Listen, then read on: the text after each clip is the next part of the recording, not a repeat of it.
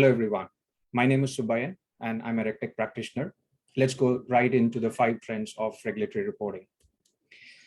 Over the last few years, the regulators across the globe have started collecting data in much more granularity. In the past, regulatory reports were Excel spreadsheets at an aggregated level with some slice and dice based on a few attributes or dimensions. Some of the granular data programs that are currently in flight around the globe are AnaCredit in Europe, GDR in Hong Kong, RDT in Thailand, comprehensive credit collection in Australia, and so on. So regulators want the data to be machine readable and to perform the analysis on their side rather than asking the banks for calculated numbers. This allows the regulators to have better insights, and it also avoids a lot of back and forth between the regulators and the banks when details of the calculations are required.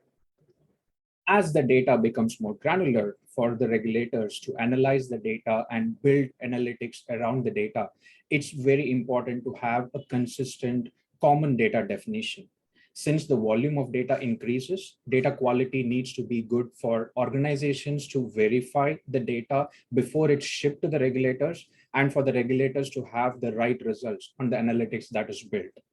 Regulators, software providers, and some of the organizations are working on establishing a common standard for data across multiple jurisdictions. Programs like DRR, BIRD, IREF are at a stage where the concept has been proven and feasible to be implemented. In the past, non-compliance meant non-submission or late submission. But today, and significantly more in the future, there will be fines for bad data quality and reconciliation issues within data sets submitted to the regulators. In most of the organizations, even today, the life cycle of data collection and submission is completely siloed. And the extent of the silos will depend on the size and the nature of the financial institutions. With emphasis on digital reporting, these silos will be broken. Data will be consolidated into an integrated platform and reporting, irrespective of whether it is aggregated or granular, it'll happen out of the integrated model. Organizations should now start looking at reporting data as an asset and not just as a tick box activity. Integrated, consolidated, validated, clean data set will provide great opportunities and insights for the stakeholders and the regulators to make more accurate and data-driven decisions. Having an integrated data will also mean that the data is reconciled by design. This will also avoid a huge manual effort that goes into reconciling the data from different sources, different departments. Following the trends like granular data, common data definition, these things will be possible only if the data is integrated into a single platform. Increase in granularity of data would mean shorter data preparation for financial institutions. So the regulators are now looking at collecting more on-demand data or reports from the financial institutions. Report submissions, both internal and to the regulators, usually had a lead time anywhere between days, weeks, and even months.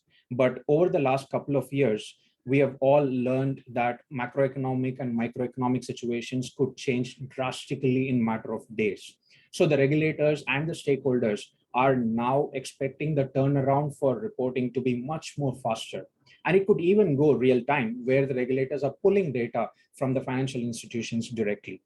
There are various initiatives by different regulators across the globe for data submissions using API and other transmission mechanisms. For example, MAS from Singapore collected about 300,000 data points recently, called Data Collection Gateway, from all the financial institutions successfully. Speaking about trends and not speaking about emerging technologies is an impossible scenario these days. Emerging technologies are used, experimented in various parts of digital reporting initiatives by both regulators and the financial institutions. Automated machine-readable regulations and data submissions will eliminate inconsistencies in data and the interpretation of the regulations. This, coupled with standard data definition, will redefine the way regulatory reports are submitted to the regulator.